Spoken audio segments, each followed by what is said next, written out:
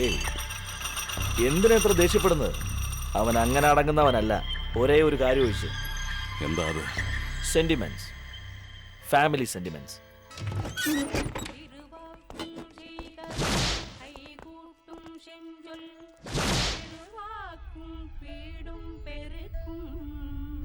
നിങ്ങൾ ആരാ? സാറേ, ഞാൻ ആർഡിഎക്സ്. ആർഡിഎക്സ് എന്ന് പറഞ്ഞാൽ? അയ്യോ, വെടിമരുന്നല്ല, എന്റെ പേരങ്ങനെയാ. നിങ്ങൾക്ക് എന്താ വേണ്ടത്?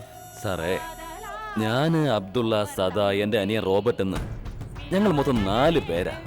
ഞങ്ങളിങ്ങനെ ചെറിയ വെട്ട്, കുത്ത്, കൊല, കേസ്, കോടതി എന്നിങ്ങനെയൊക്കെ പറഞ്ഞ് ഞങ്ങളെ കൊണ്ട് കഴിയാവുന്നതൊക്കെ ചെയ്ത് ഇങ്ങനെയൊക്കെ അങ്ങ് ജീവിച്ചു പോകുന്നു. ഞങ്ങളുടെ ജീവിതമാണേ. അത് ചെയ്യരുതെന്ന് പറഞ്ഞാൽ എങ്ങനെയാ? ഞങ്ങൾക്കും ജീവിക്കണ്ടേ സാറേ? ആരാടാ നീ? നമസ്കാരം സാറേ, നമസ്കാരം.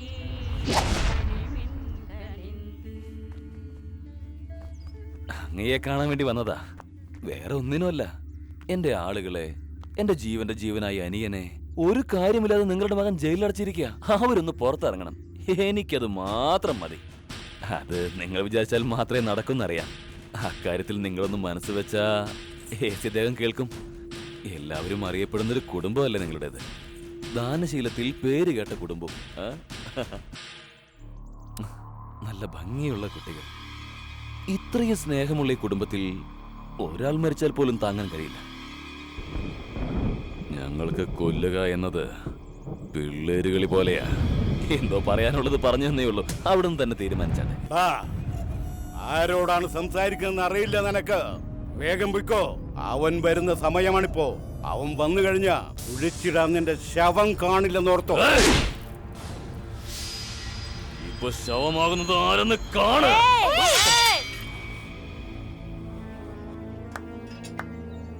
ഇതാണടാ എന്റെ വംശം. സിംഹക്കുട്ടികളാണടാ. ഭയമെന്നൊരു വാക്ക് ഞങ്ങളുടെ പരമ്പരയിലില്ല. നിന്നെ മെരുക്കാൻ ഇവര് മതി. വലിച്ചോണ്ട് പോടായും.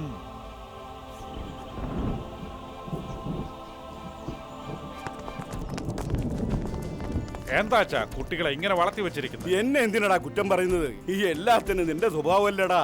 എന്നോട് തങ്കം, ഇത്രയും വലിയ കത്തി വെച്ചാണോ കളിക്കുന്നത്? അമ്മാവൻ എന്താണ് വെച്ചിരിക്കുന്നത്? നിന്നെ ഞാൻ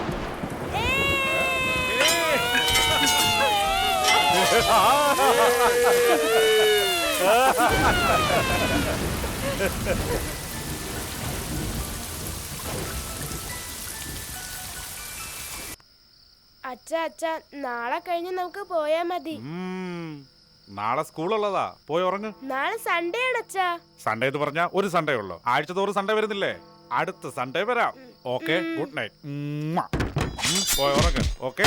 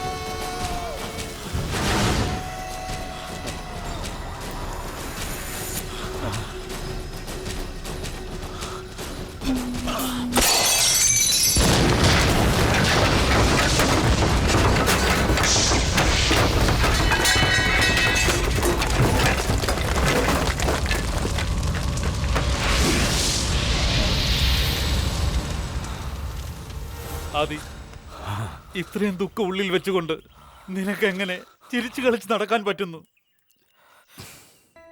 സ്വന്തം മകനേക്കാളും സ്നേഹിച്ച് വളർത്തിയ അച്ഛൻ്റെ സ്നേഹം, ലാളിച്ച് വളർത്തിയ അമ്മയുടെ മുഖം, നിഷ്കളങ്കതയോടെ ചിരിക്കുന്ന എൻ്റെ അനുജത്തി, ഇതാണ് അച്ഛൻ എന്നെ ജീവിക്കാൻ പ്രേരിപ്പിച്ചത്.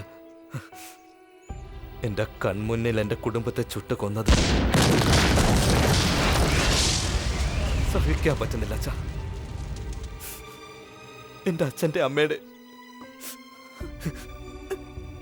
അസ്ഥി പോലും എനിക്ക് കാണാൻ കഴിഞ്ഞില്ല അമ്മേ. ആ ലൈബ്രറിയിലുള്ള ഓരോ ചുടുകട്ടയിലും ഇരിക്കുന്ന ചുവപ്പ് ചുടുകട്ടയുടെ നിറമല്ല അച്ഛാ, ചുട്ടുകൊന്ന എൻ്റെ കുടുംബത്തിന്റെ രക്തമാണത്.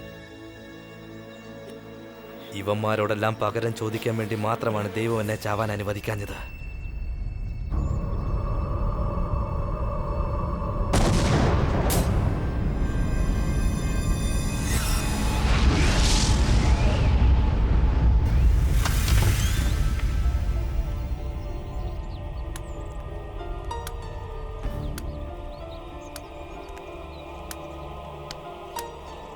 അമ്മാവാ, നമ്മുടെ കുടുംബത്തിൽ ആരോ ജീവിച്ചിരിക്കുന്നതായിട്ട് എനിക്ക് തോന്നുന്നുണ്ട്.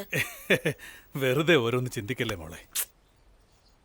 ഇത് തമാശയല്ല അമ്മാവാ, പറഞ്ഞത് നേരാ. അന്ന് നീ കൊച്ചു കുഞ്ഞായിരുന്നു. അന്നത്തെ ആ സംഭവത്തില് ആരും ജീവനോടുണ്ടാകാൻ വഴിയില്ല. നമ്മുടെ സ്ഥലത്ത് ചെല്ലുമ്പോ നമ്മുടെ കുടുംബത്തിൽ ഒരാള് എന്റെ അടുത്ത് നിൽക്കുന്നത് പോലെ എനിക്ക് തോന്നുന്നു. അങ്ങനെ തോന്നുന്നത് സാധാരണയല്ലേ മോളെ. പക്ഷെ അതിനുള്ള ചാൻസ് വളരെ വിശ്വസിക്കമ്മാവാ, എനിക്ക് അങ്ങനെ തന്നെ തോന്നുന്നേ. പാരമ്പര്യമായിട്ട് നമ്മൾ ജീവിക്കുന്ന തറവാടായതുകൊണ്ട് നിനക്ക് അങ്ങനെ തോന്നുന്നതായിരിക്കാം.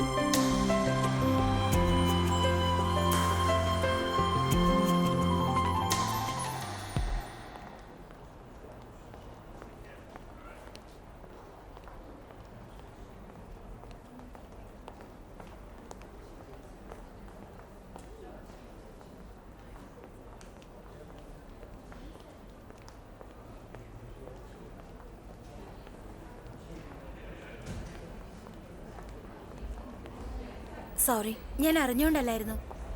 അല്ല, ഞാനാ അറിയാതെ ഇടിച്ചത്. എന്താന്നറിയില്ല ആദി, നിന്നെ കാണുമ്പോൾ എൻ്റെ കുടുംബത്തിലുള്ള എല്ലാവരും എൻ്റെ കൂടെ ഉള്ളതുപോലെ തോന്നുന്നു. എവിടെയാണെന്നറിയില്ല, പക്ഷേ ഞാൻ നിന്നിലേക്ക് ഒരുപാട് അടുത്ത് കഴിഞ്ഞു. സോറി അഞ്ജലി. നീ എൻ്റേതാണെന്ന് തോന്നിയാലും നിന്റെ ഓർമ്മകളിൽ മാത്രമേ എനിക്ക് ജീവിക്കാൻ കഴിയൂ. കാരണം ഈ ജീവിതയാത്ര എവിടെ എത്തുമെന്ന് എനിക്കറിഞ്ഞൂടാ.